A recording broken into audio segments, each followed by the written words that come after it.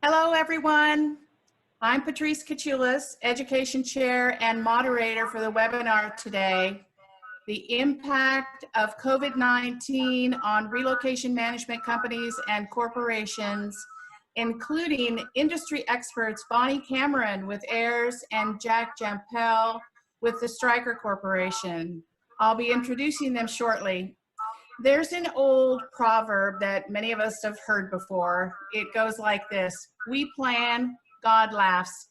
Less than 2 months ago, on February 12th, 2020, the stock market hit 29,551. It's the highest mark in history. The headlines read, "Market rallies on assurances from global leaders that coronavirus outbreak has peaked and is contained." Today, the end of the longest period of sustained market growth is one of the least of our worries. The world has come together to take drastic steps to change lives and to control this pandemic as it sweeps through our communities. For most of us, our focus is rightfully so on the health and well-being of ourselves and our loved ones. We know we can overcome this threat. We just don't know at what cost. Nearly everyone has been impacted by the consequences, and it's not too soon to think about what we can do today to be proactive and capture and build the momentum we'll need to thrive tomorrow. RDC would like to be a resource for you to help us find ways together to grow our professional capacity, to contribute to the solution and get people moving again. Plans don't always work out exactly like we had hoped. Eisenhower once said, "Plans may be useless, but planning is essential." Our schedules are being affected, and many of us are feeling reactive as opposed to proactive. We would really like to thank you for joining us today on this new Zoom platform for RDC. We had an unprecedented 225 people register for the event. Kathleen Lukasik, the RDC administrator, has been working so hard behind the scenes to get us up on this new video platform. So thank you, Kathleen, for all of your efforts. RDC will be reaching out to members on a more regular basis with these webinars. Thank you to the RDC board and our president, Mark Krebs, for his leadership. We hope to bring you information that you feel is valuable and relevant. We'd like for you to be better prepared to answer questions in your region of the country.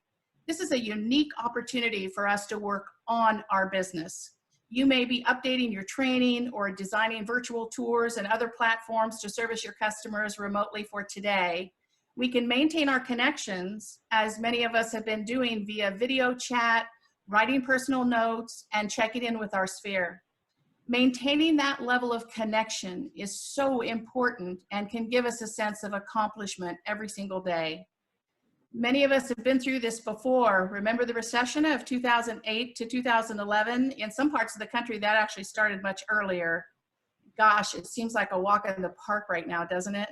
We know it's a moving target, and the information we plan to provide may be changing day to day. I'm personally hearing stories of relocation management companies acquiring new accounts, and although many of us are experiencing a slower pace of incoming business, many also feel that once this current situation is under control, that business will take back off again, and some feel quickly because there'll be a pent-up demand. The RDC board felt that as a first priority, you might like to hear from a relocation management company and a corporation. Since they are on the front lines of the business that's passed on to us, the answers to our questions become paramount in helping us understand what's happening in the corporate world. Before I introduce our panelists today, there are just a few housekeeping items I'd like to share. First of all, there is one CRP credit that's already been approved. This webinar is being recorded, and both the CRP credit and the webinar will be available on the RDC members only portion of the website within about 3 or 4 days. Thank you also to my education committee of one, Liz Messier. We'll have a Q&A at the end of the presentation. If you have a question at any time during the event, feel free to type it in the chat box, and Tess Janey with the RDC board will be monitoring that box. If we run out of time, the unanswered questions will be reviewed and answered via email. And now I am honored to introduce our panelists. Bonnie Cameron is the Real Estate Corporate Procurement Specialist at Aires and a current member of RDC's Advisory Council. Bonnie is an award-winning real estate professional with more than 23 years experience as a realtor and broker owner. Bonnie's current credentials include her brokers and associate brokers licenses in both Michigan and Pennsylvania. She holds the CLHMS Guild member designation and her CRP. Bonnie is responsible for implementing of Aires quality standards and plans and implements Aires annual ABN conference designed to serve and acknowledge Aires top performing broker partners. Thank you so much for being here today, Bonnie. Jack Jampel, SCRP, is also a current member of RDC's Advisory Council. Jack is the Senior Manager of Stryker Global Mobility since January 2011. Stryker Corporation is a major medical device company, and Jack is responsible for managing the company's relocation program. Prior to joining Stryker, Jack worked for Wyeth Pharmaceutical, managing global mobility along with the leadership position in HR. Jack is currently president of the Delaware Valley Relocation Council and a recipient of the WERC Meritorious Award, as well as a Distinguished Service Award. Welcome, Jack. Before we start with the panel questions, both Bonnie and Jack have a short introduction. Bonnie, would you like to go first? Sure. Let me just share my screen here.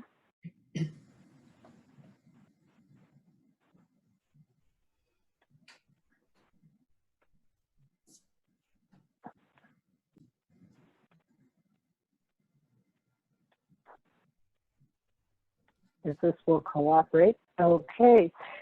Aires has done 3 different pulse surveys recently. 2 were done with our clients and other partners, and I did one last week with our real estate partners just to find out what everybody's feeling right now and what everybody is thinking the direction may be for the future. So I put together just a few of the slides with some of the information we collected, and believe me, we have a lot of information that we've collected. Everybody's understandably nervous right now, so I'll just go through a little bit of this and we'll answer a lot more during the question period. And it's skipping ahead for me. Here we go. All right. From our corporate clients, 67% of the corporate clients had transferees in the affected areas. Now, this information is a week old, and as you know, things are changing by the day or sometimes by the hour, so it's already different from this, but this was as of last week. 21% had been reimbursing expenses for precautionary measures. So if a transferee needs to get something cleaned or something to protect their safety, the corporations have been stepping up and allowing that. 3% have increased current hardship payments of their transferees. None of them at that point had implemented a new hardship payment plan, and 12% had already extended additional paid time off for transferees. Since many of these situations have no precedent, we're seeing a lot of exceptions, and they are being reviewed by our clients on a case-by-case basis. For example, some of the employees currently in temporary housing are being impacted. 48% as of last week were paying for extended temporary housing. 30% were handling each situation on a case-by-case basis. 25% reported employees moving out of temporary housing as scheduled. 7% report returning employees in temporary housing back to their home for the duration of this virus.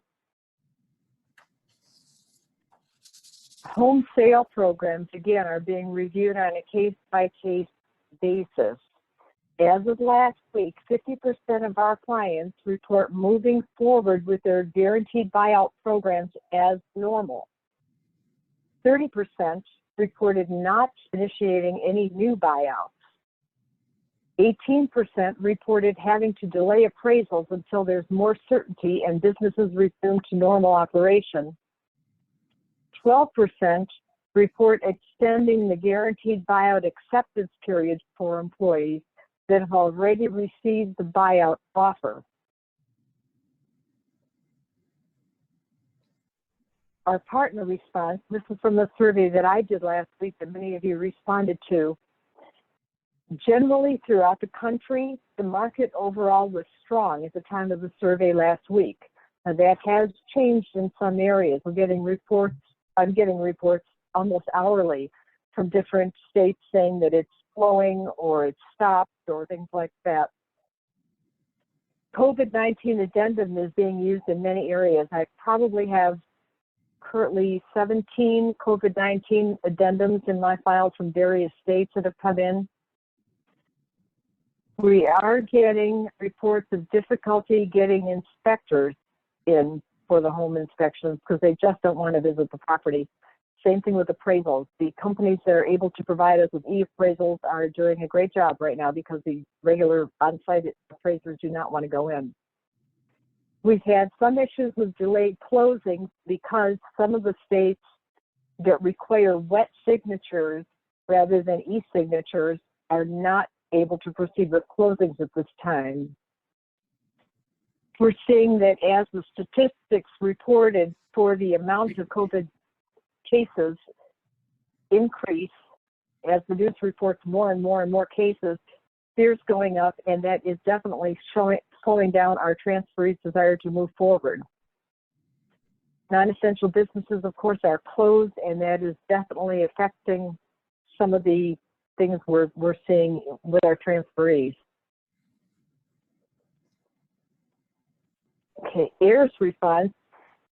First of all, we've created a task force to address anything that comes in with our clients, with our transferees, with our staff. We also have a site on the Aires Partner Portal that's accessible that shows all of our COVID updates. We continuously update with our clients and with our partners. Any of the partner updates that you send in to me, I'm posting to an internal message board that all of our staff can access. We're continuously monitoring data security and updating that and watching the oversight to make sure that with everybody working from home, our sites remain secure. All our employees right now, with the exception of our IT department, are working from home. We've implemented new household goods procedures because that is probably right now our most difficult area.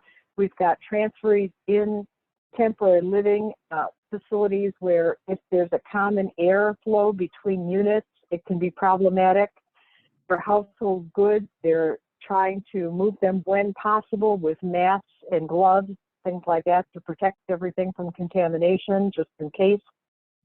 And of course, we're monitoring conditions worldwide. Again, everything we get in from different countries, from different providers, from different states, from our real estate partners is being posted to an internal board. And I've set that up by state so that if someone comes in and they want to know, for example, what's going on in Georgia, they can enter Georgia in the search bar and everything will come up for that state. They can get a good overall experience of what's going on. So that's the initial response there from us. And I'll get out of the way here so Jack can proceed with his information. Okay, great. Okay, great. Thank you, Bonnie. And thank you, Patrice, for having me. Thank you, everyone. Many of the questions that, I don't have any presentation to give, I'm just going to speak. Many of the questions that Bonnie and I will be responding to will be around what we see companies doing as a result of the pandemic that have an impact on your industry today. But what I'm going to try to also address is how important it's going to begin to plan much broader than COVID-19 pandemic period. Let's not be false sense of security that everything will very quickly go back to normal for relocation at the eventual end of this pandemic. I'm going to try to provide you with what we're hearing and feeling from companies beyond COVID-19 and how it may impact relocations. What I see are three phases, and that phase one was the beginning, and that was in January.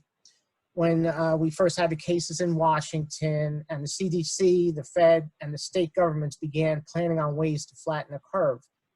Companies then followed the guidance and planned and implemented their own guidelines accordingly, like your work from home, your travel restriction, hiring freezes, things of that nature.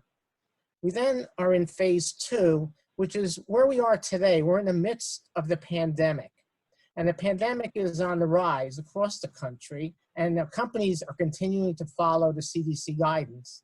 But most importantly, at the same time, companies continue to evaluate what the economic impact will be on their business, and they're starting to plan on what they're going to need to do to get back to business as normal, whatever that may look like.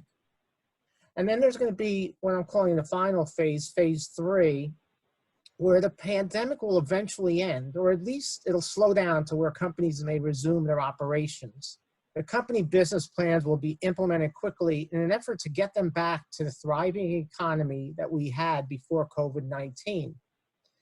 There's a very good chance that the actions that companies take will impact company relocations.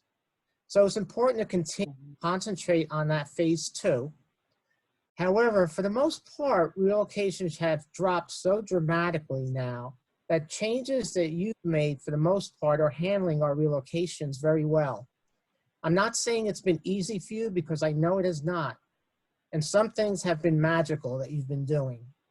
But for the most part, you are somehow getting them done, and I want to thank you. So, but it may be a good idea to begin to think about phase 3, since phase 3 is going to most likely bring up other challenges to relocations. The pandemic will end soon, we hope, and phase 3, the economic recovery, will begin. Determining the impact to relocation and the duration of the economic recovery will be that $64,000 question. I'll try to speak more to this throughout the Q&A portion of this meeting. Great, thank you, Patrice. Thank you, Jack. So the first question that we have for the panelist is a little obvious as I look at the screens of all of us, and Bonnie had already answered your employees working from home. So Jack, what are you seeing on your end too? Is that pretty much the norm these days? Yeah, I think that's a pretty easy question, and it's something that we did very quickly across all companies. Just found out ways of working from home.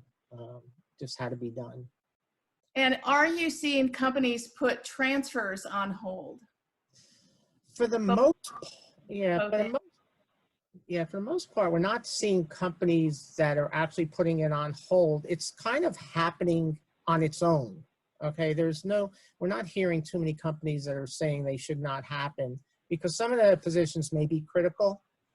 So they're really left up to the business on how to handle that. And right now it is considered an essential service as far as relocating employees. So it's handled on a case-by-case basis. But we're still seeing transfers occur. Not many, but.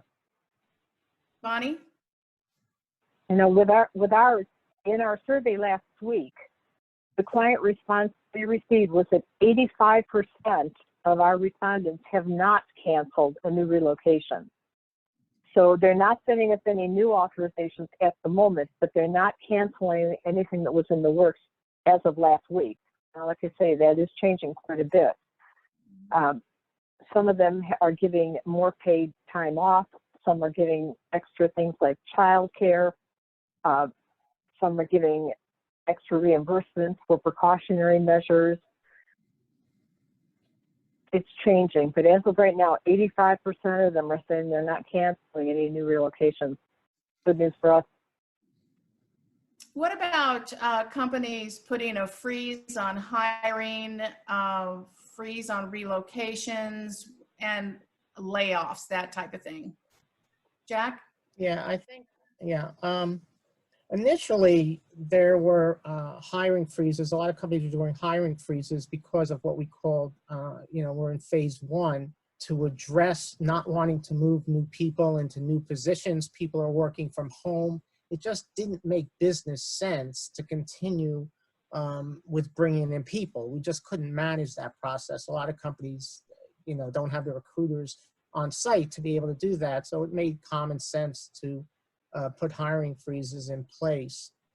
And as far as now, it's going into what I was calling stage 3, where they're starting to think economically on things that need to happen. So it's not just putting the freeze on for the sake of the pandemic, but now also for business-related reasons. And I think a lot of that, the larger companies, you're not seeing too many layoffs. I think that financially, most people can work from home.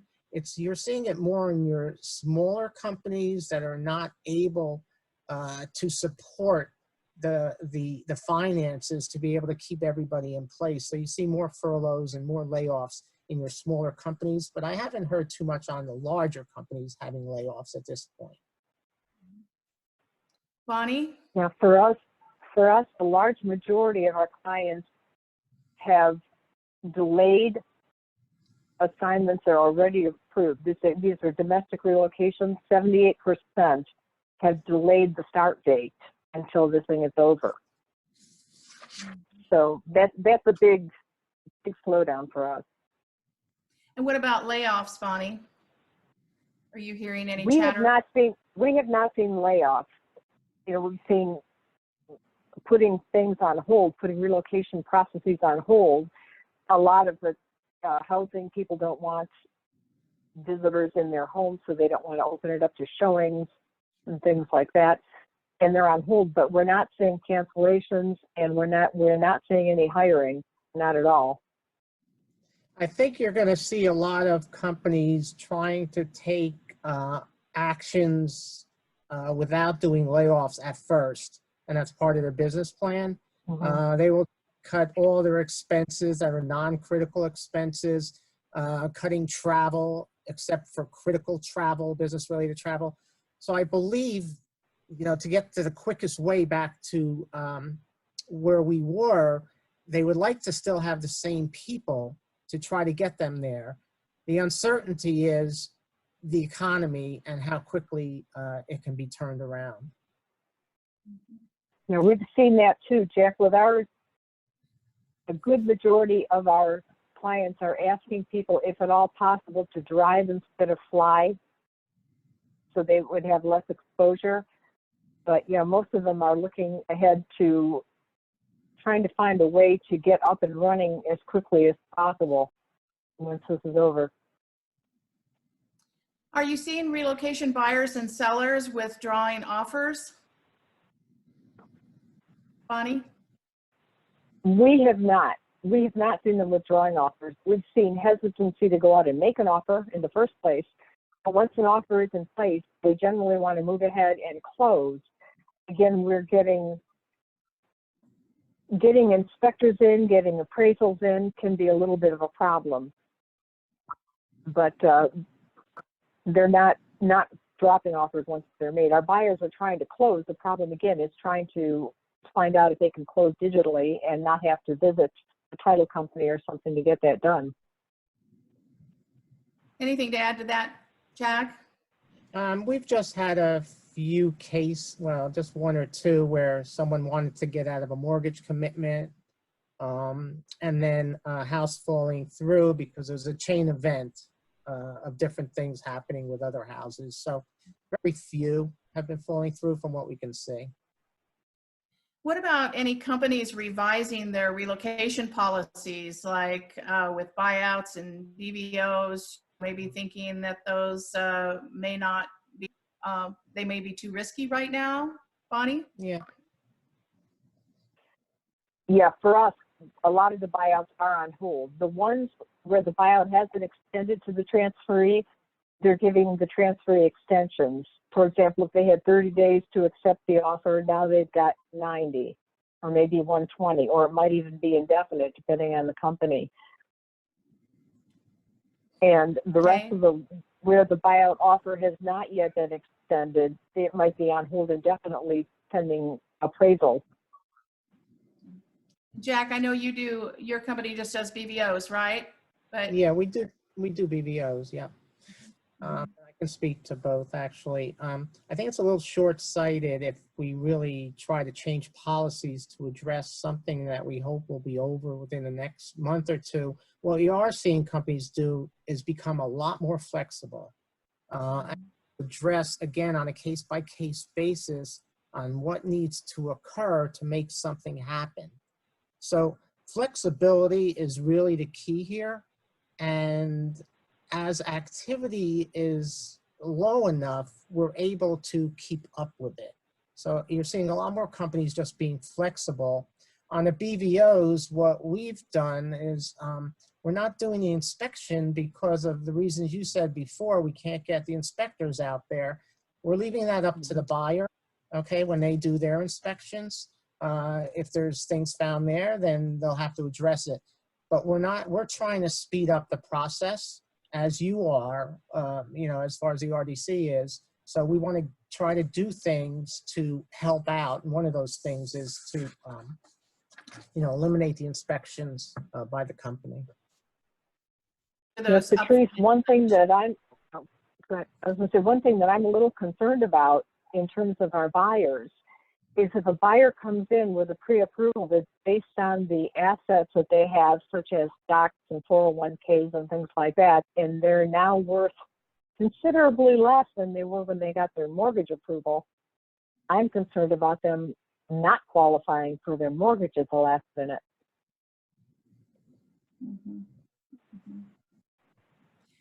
So are you seeing different practices for different companies and different practices for different parts of the country even?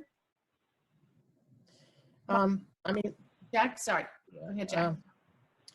Obviously, we have the hot zone areas that we're a little bit more concerned with, but that's just being even more careful. We have relocated some people lately into New York. I think it was just one. So we take the precautions that are necessary, extra precautions, and we're following whatever the CDC guidelines are, and that's important.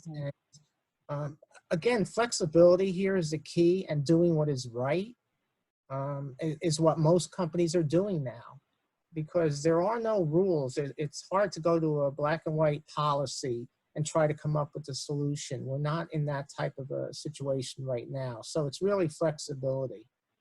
Mm-hmm. Bonnie? Yeah, that's the same with what we're seeing right now. Different areas of the country, the hot spots in New York, now Detroit, Louisiana, places like that that are becoming hot spots. We're seeing a lot of exceptions, extended temporary living if the transferee is there. Some companies, like I said earlier, are willing to send the employees back home if they want to go home right now.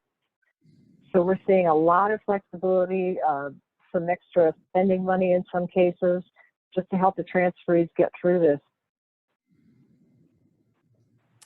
So Jack, with Stryker being a medical device company, I'm wondering if the company has been asked by the government, or has the company volunteered to assist during the pandemic? Yeah, the company has both. We have the products plus volunteer to do things that are not in our line.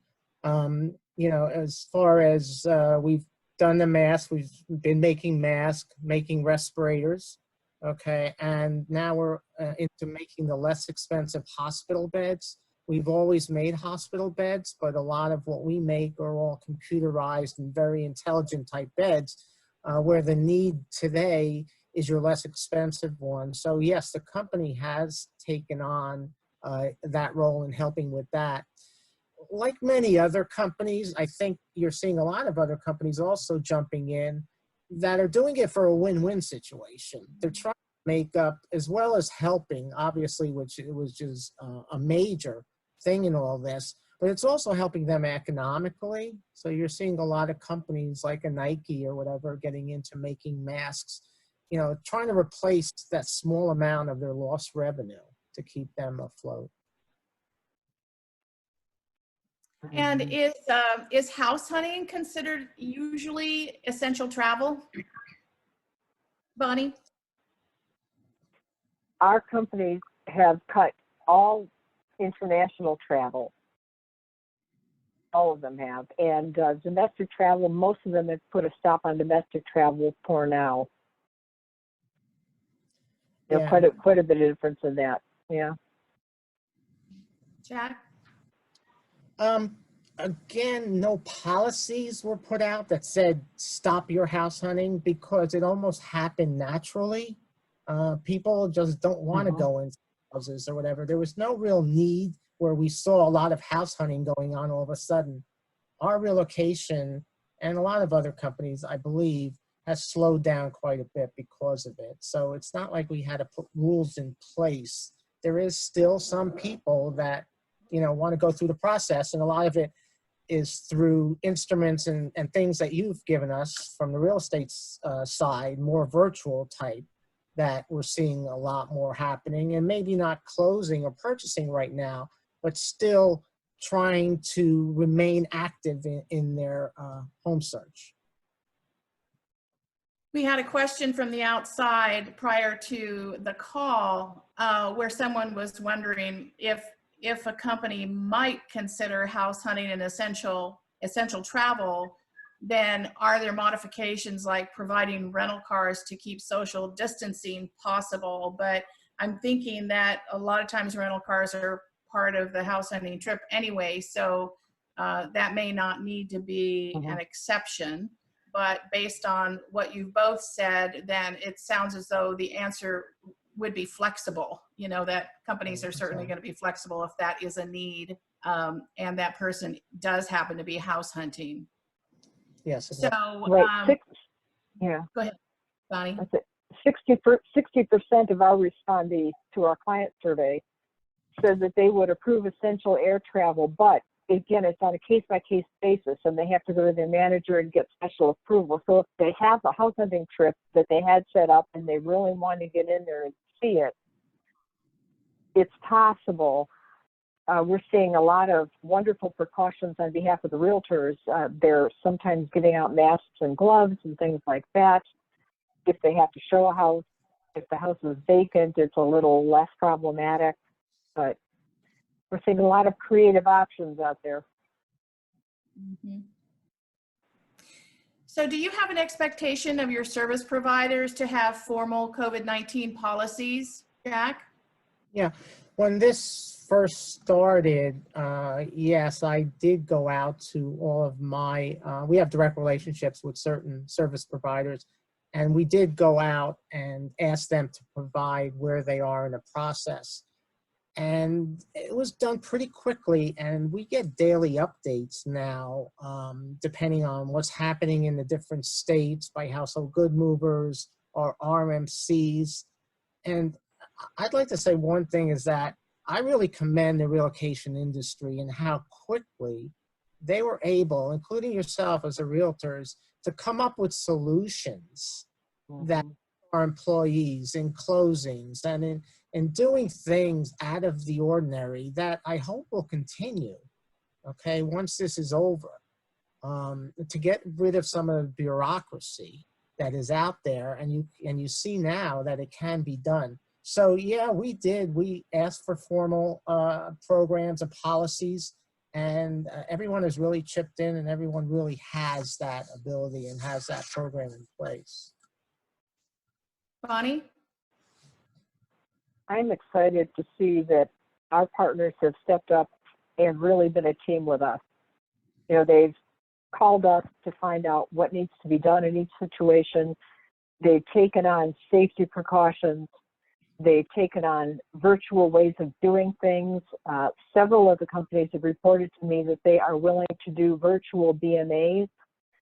So what they're doing is similar to what our household goods providers are doing for surveys, which is getting on a FaceTime call with the transferee and having them walk through and show the house room by room, you know, everything about it to the agent, and then they're emailing the agent pictures, and the agents are putting together BMAs for us. So that's still going on.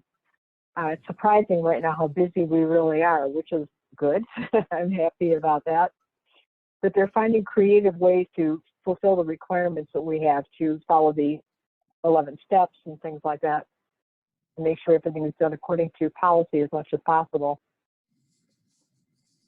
Jack? Yeah, it's the same, pretty much the same thing. What we expect, they really jumped into it and said, we're going to be able to support your employees. They came up with the plans. It wasn't even that we had to ask. It was pretty much they just jumped in. It's an essential service. They put their plans in place, and it was not something we had to, push them or ask them to do. Kind of let them go with what they needed to do to support us. And then what kind of expectations do you have of your service providers? We have a lot of real estate people on the call today, so they'll be interested in their particular worlds, and you've touched on some of it. What about also household goods companies, providers? Yeah, they were Bonnie? one of the first to come. Oh, I'm sorry, go ahead. Oh, sorry. Go ahead. Go ahead, Jack. No, I was just going to say the household goods were probably one of the first to have their plans in place. They were identified as an essential service as part of the transportation. So they really jumped on that to make sure that they are able to handle our business going forward. It wasn't something, like I said before, nothing that we had to push. They were very proactive in moving ahead with what they needed to do, and then keeping us informed on a daily basis on what is going on in different states and any issues that may come up.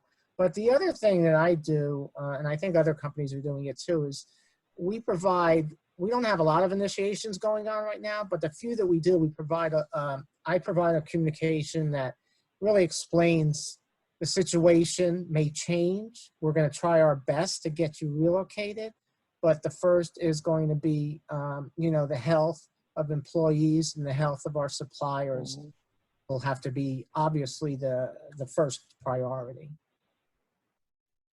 Bonnie? Our household goods providers have been amazing. They've implemented things like using masks right away. They're being careful to disinfect any surfaces they might touch. They have been wearing gloves. I had a cute remark the other day from one of our partners. She said, to maintain the 6-foot distance, we can move a 6-foot couch, but what do we do with a 3-foot love seat? So there are unique situations that come with household goods moves that they're trying hard to address and, make sure they come up with creative solutions. But most of them have been very, very careful with masks, with gloves, with trying to make sure that they work around schedules when the people are not at home, if at all possible, just to avoid additional exposure, have as few people around as possible. And they've been very creative and very dynamic in coming up with ways to handle everything and take care of our transferees. Now, we do have a number of household goods moves on hold, and we do have a number of people in temporary housing who, again, are either going to be extended or who have wanted to go home, so they are being sent home by their company. Temporary housing is probably one of the most problematic right now, because if you are in a temporary living facility that doesn't have individual air units for each apartment, it can be a problem. If you have a hallway where people are walking up and down the hallway, so it's common air, that could be a problem. So I would say the biggest challenges right now are in our temporary living. Are there any specific instructions that you are giving to sellers looking to go on the market during this time? This was also another question that was proposed before the webinar. Most of our sellers, most of our sellers are delaying putting their home on the market. Again, like I say, we're getting virtual BMAs, which is wonderful. The agents are doing a fabulous job. They're coming out with, I would say, every bit as nice a BMA as we would expect with an on-site home visit. So they're doing a lot of work to get as much information together as possible. So we're able to move ahead with that, but we're finding our transferees do not want to put the homes on the market right now, which is understandable. Jack? Yeah, it's the same situation as what Bonnie said. A lot of it is being delayed at this point. Okay. So what questions are you getting asked the most? The question that I get asked quite a bit, and it's kind of exciting actually, is what's the new norm going to look like with regards to relocation? And I think if there's anything good that's coming out of this pandemic, is that I think it's making us think smarter, and it's making us make changes that we have wanted to make, but change is always difficult. So we continue to do things year after year after year. So I think we're gaining a lot of learnings here. And what we're hoping for is that they continue. And, I'm talking, the one thing that would drive by BMAs, and we talk about less inspections, and now lenders are even doing desktop appraisals.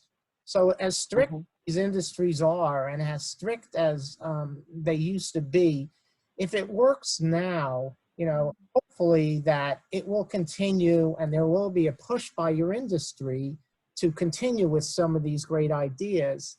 Now, some of them are not going to be positive. The work for the relocation business, but the work from home is a big one. We're not sure how that's going to end up, being treated by companies. Are they going to have people work from home rather than relocate? Will they look at the cost and determine by that way? So the working from home is going to be a big thing that is going to be looked at, I think, that may change, how companies work. Thank you, Jack. Bonnie, what are the questions you get asked the most? By the way, we do have a significant amount of employees who work remotely or work from home now. So that's worked very well into our business model. Aires has been looking at a number of changes this past year, so I'm excited to say we're a little ahead of the curve on that. We're looking at various buyout programs, and if they can be shifted a little bit to be a little more contemporary and easier for the transferees and easier for our clients to manage. So we've been looking at a number of different programs for home sale and for home purchase. We've been looking at kind of streamlining our processes, about our Springboard program, our online program where we have transferees going into our portal and they're able to see everything that's going on with their relocation right there and to make choices as to what partners they want to use for household goods or for home sale or for home purchase right there through our portal. So we've done a lot of things to try to make it an easier customer experience and yet make it an exceptional customer experience, because what we're about, if it doesn't come down to exceptional customer service, it's not going to work. So even with our Springboard, we do have people making calls and making contact with the transferee to bring in that personal touch, because we want them to feel like they're the only transferee in the world for us right now, even though they're not. Do you have any forecasts as an organization? Jack, you touched on some of yours earlier. Anything you'd like to add to that? Yeah, it's kind of going to reiterate what I said because of the importance of it, is that I believe that companies are going to take some extreme measures to return back to the economics of pre-COVID-19 times. And to do that, they're going to have to concentrate on their critical business lines and reduce their non-essential expenses. So the continuation of hiring freezes will probably still happen. I think you're still going to see a limitation on travel, except for essential travel. Now, this is going to have a downhill effect on our industry, on the relocation industry, and as well as other positions. How's this going to impact the other jobs, like our recruiters in companies or relocations, and the stop of all non-critical travel? So that's what I was referring to as phase 3, and to get you thinking and talking to people, in different companies, just trying to stay ahead of what plans are in the business world, because the pandemic will end, but we will go into the phase of economic recovery that could be difficult. Doesn't always springboard, does it? Mhm. Bonnie, anything from your end? No, what Jack said is absolutely right. 90% of the people responding to our pulse survey of our clients said they have no timetable for how long the relocations will be on hold.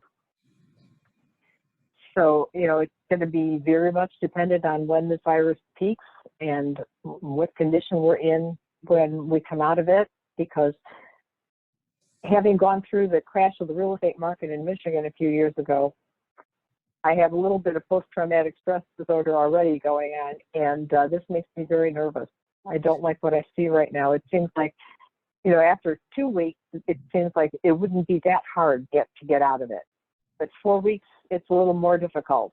If it goes on for 2 months, 3 months, it's going to be more difficult. So we're trying to assess the situation on a daily basis and see what are the best moves to make. How can we be more efficient? How can we provide better service? How can we take better care of our transferees? How can we provide that experience without putting any of our partners or employees in danger? So there are a lot of factors to consider, and we're working hard, as I know Jack is. Yeah, can I just give you one example of, how we may be placing energies in the wrong place? I mean, I almost on a daily basis get a survey asking about what we're doing. If your company does not know what we're doing by now, it's too late, okay? Right. People are just doing something just to do something. So they're sending out surveys. But what I'm saying is that this energy needs to be put in other places, thinking about tomorrow and what's going to happen and how can we get out of this. Okay, thank you. As we hear these thoughts today, I go back in my mind to what I was saying back in 2008 through 11 for Oregon. That's the way that it was. And I said, please understand that we realize that not all the information you hear today is positive, but you need to look at it as news. It's news, and we all need to keep on top of that news. And that news, like it did back in 2008, can change and change again and change again. So just think about it as news. So we have about 10 minutes, and Tess Cheney has been patiently keeping track of our audience questions. And I can't see on my screen whether or not there are any of those. So Tess, I'm going to turn the questioning over to you to you. I know they can't see you, but we'll hear your voice, I believe, and then you can pick out the questions that you feel would be appropriate to ask Bonnie or Jack. Patrice, thank you so much, and great job to everybody here.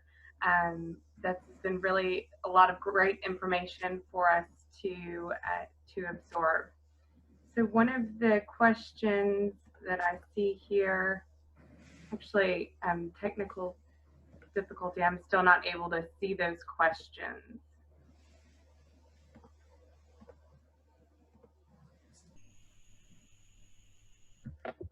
All right, this is Kathleen at headquarters. I can see the questions. I'm not sure why Tess can't see them, so I'll go in order. The first one is from Michelle Barnes. She's asking if she can get a copy of the slides after the presentation. So Bonnie, will you be able to share those with us so we can share with the attendees? Certainly, I can send them over, and you can share them any way you'd like to.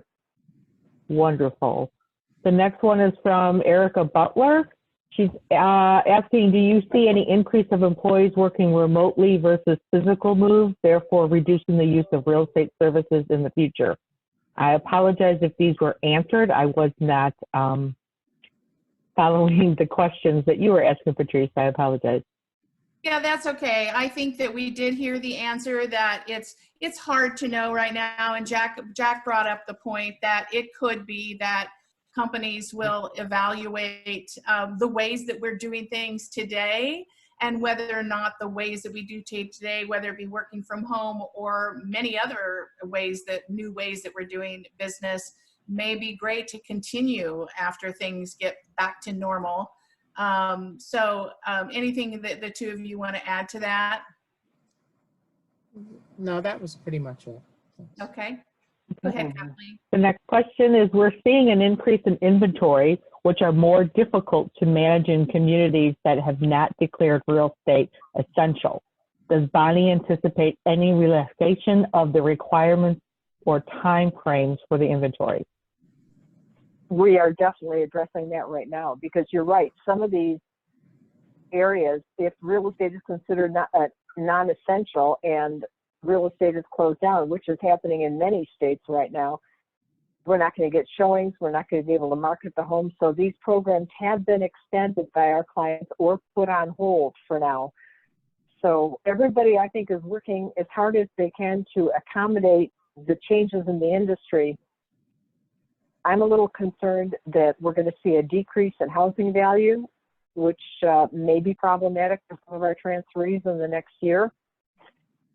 But right now, yes, we're definitely seeing people working hard to be flexible, to extend programs, to soften programs sometimes, soften the requirements if need be. And that is happening pretty much on a daily basis. Okay. The next question is, do you see employees doing more virtual interviews instead of in person? And so once this is over, can it be in full force? So I think you addressed that already.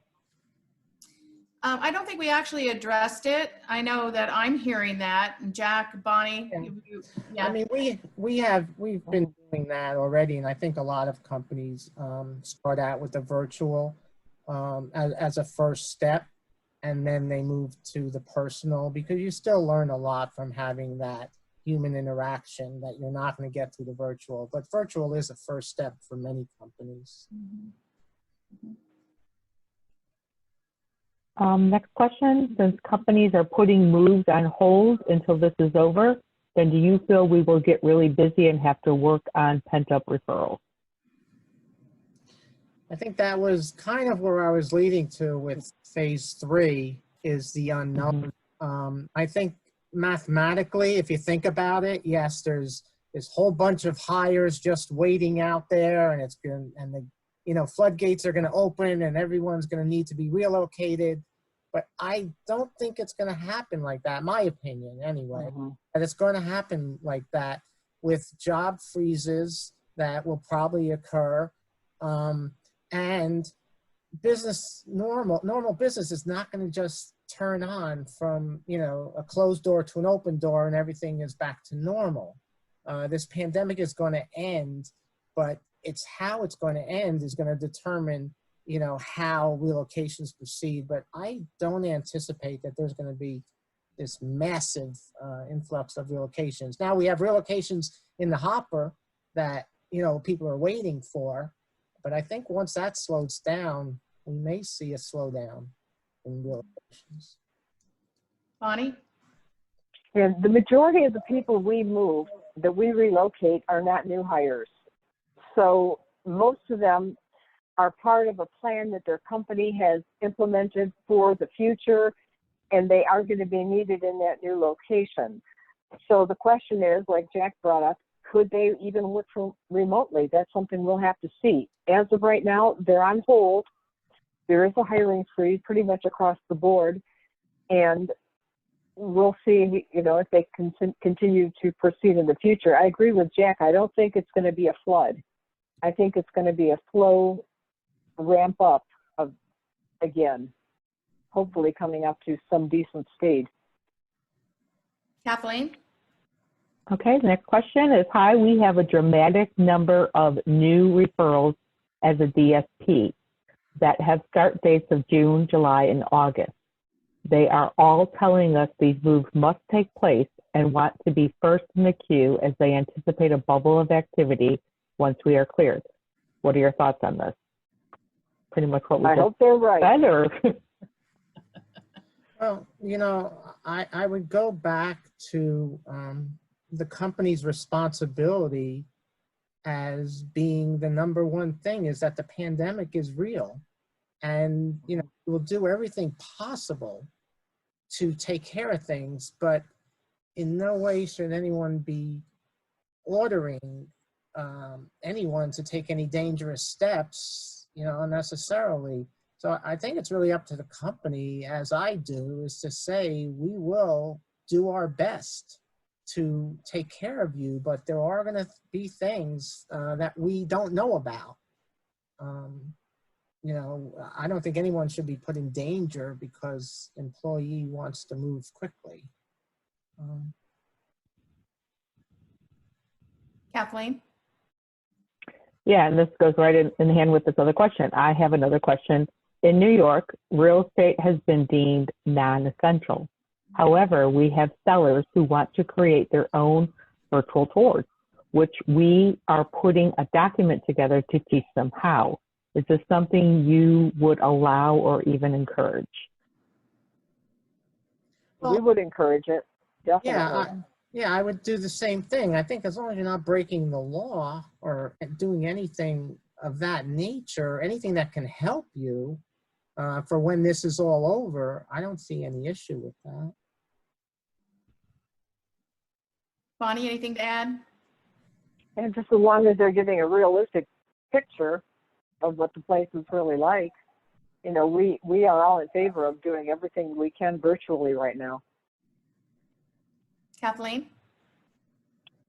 Okay, next question. Virtual BMAs, not a problem. However, the concern is going to the home to visually inspect the home. Is this still mandated? Or will you allow the transferees to FaceTime as they go through the home and provide pictures? I think you addressed that at one point in time too. Yeah, I'm definitely encouraging FaceTime calls and having them email pictures. The thing I'm concerned about is Value. but also that buyers learn how to look at a virtual tour critically, because, being in the industry, if you look at enough of them, you start to notice things that you don't see your first time through, like a little bit of water damage on that wall or something like that. And I think that having an experienced agent guide them sometimes, for example, if a buyer narrows it down to 3 homes they want to see, maybe have the agent go through the virtual tour with them and say, did you notice this area or something like, or we should have them send a picture of this area or something like that, because it's very, very hard to sometimes really ascertain the condition of a home from a virtual tour. I think the other thing, though, again, we just have to remain flexible. It is not a perfect world right now, so we have to do things to move ahead, and it may not be as good as it was, but it is something, and I think we have to continue to move ahead and address things as they come up. Again, it may not be 100% the best way, but we are finding ways of getting it done. We have time for one more question, Kathleen. Well, good, because we only have one more question. One more question and then a statement. While it is too early to tell, can you share how this situation has impacted the talk of virtual work and whether you feel from a corporate perspective this could impact future relocation strategies? I'm sorry, I missed one more. Can you just repeat that question, please? Sure. While it is too early to tell, can you share how this situation has impacted the talk of virtual work and whether you feel from a corporate perspective this could impact future relocation strategies? Yeah, I think I kind of answered that before. I think there's going to be an impact. I'm just not sure how large of an impact. Will companies look at it as a cost savings when they see a relocation may cost $100,000? Does it make sense for that person to work from home? So I think it's going to be looked at. Everything that is an expense will be looked at by companies. So it's just to what extent will companies take this to is the real, question. Anything to add, Bonnie? No, I think what Jack said is very good and it's very true. Well, There'll I'd be a lot like, of reassessment. thank A you. lot of business model reassessment going on. I know that from my concern as a former broker owner, or kind of actually still a broker owner, is how can a real estate agent and a real estate brokerage survive in this new environment? Those are questions we're all going to have to address. You know, how can we support our brokers in their business while they support us in our relocations? I mean, there's so many things to consider here because this only works together. You know, we support each other's business, and that's the way we all have success. So there'll be a lot of talk, I think, coming up in the next 3 to 6 months as to how we're going to make our adjustments. Mhm. Absolutely. Well, thank you again to Bonnie and Jack for your time, your talent, your knowledge, and your readiness to offer information to our members. We just so appreciated having you here today. And I'd like to end with just a short comment. I'd like to share one bit of good news from a colleague whose father currently works in a hospital in Kunming, China. He explained that life is starting to go back to normal, that people are out on the streets, dining in restaurants, although they're further apart than they used to be, and getting back to their daily routines. He's sending extra masks to the US since they don't need them anymore, and overall he is healthy and optimistic. I wanted to share this to give folks and our audience a bit of perspective and some good news during all this craziness. There is a light at the end of the tunnel. Social distancing and staying indoors will be critical to help us through this epidemic. And it's on all of us to participate. And I think most of all, some things just take time. Stay patient and positive. We'll get through this together. Thanks for being here today. Thanks for joining us. Bye-bye. Thank you. Thank you.